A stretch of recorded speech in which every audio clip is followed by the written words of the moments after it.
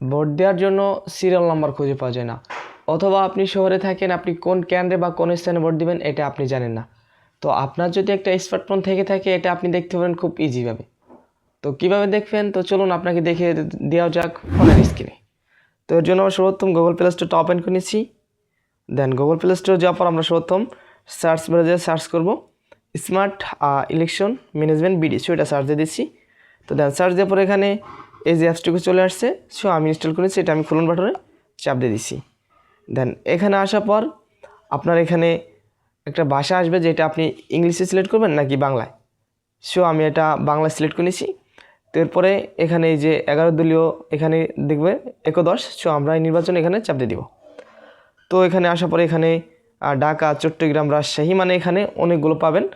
তো আমাদেরটা দেখার জন্য আমরা এখানে দেখতেছেন এখানে সার্চ বার, সো এই জিনিসের দিকে সার্চ বার দেখা যাচ্ছে, সো আমি সার্চ বারটা চাপ দিয়ে দিছি। তো এখানে আপনার এনআইডি নাম্বার লিখুন, সো এখানে আমরা আমাদের এনআইডি নাম্বারটা দিয়ে দিচ্ছি। সো আপনারা আপনাদের এনআইডি নাম্বারটুকু দিয়ে দিবেন। দেন নিচে জন্ম তারিখ আপনার, দেন হচ্ছে ভোটার আইডি কার্ডের যে জন্ম তারিখটা আছে, সো সেভাবে এখানে আপনার জন্ম তারিখটা আপনি দেন দিয়ে নেবেন। আমি আমার জন্ম তারিখটা দিয়ে নিচ্ছি। দেন এখানে দিয়ে নিব, আপনি আপনারটা এইভাবে দিয়ে নেবেন। এইভাবে টানলে আপনার আর কি মাসটা চলে আসবে। দেন আমি এখানে মাসটা নিয়ে এসেছি অক্টোবর। দেন অক্টোবরটা এখানে খুঁজে নিব।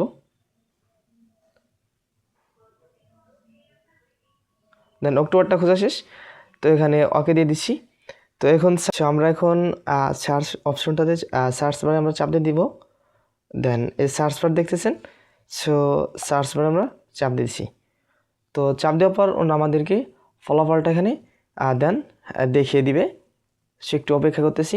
দেন অন্য কিন্তু এই যে দেখতেছেন এই যে আমার ভোটার নংটাও দেখিয়ে দিয়েছে, সো এই যে ভোটার নং এবং আমার ভোট কেন্দ্র কিন্তু নামও কিন্তু শো করতেছে, বাট কোন এই যে আমাদের স্কুল কেন্দ্রটাও কিন্তু এখানে শো করতেছে।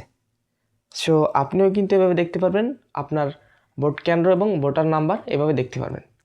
এখানে বিদায় নিয়েও ভালো থাকবেন, সুস্থ থাকবেন, আল্লাহ হাফেজ।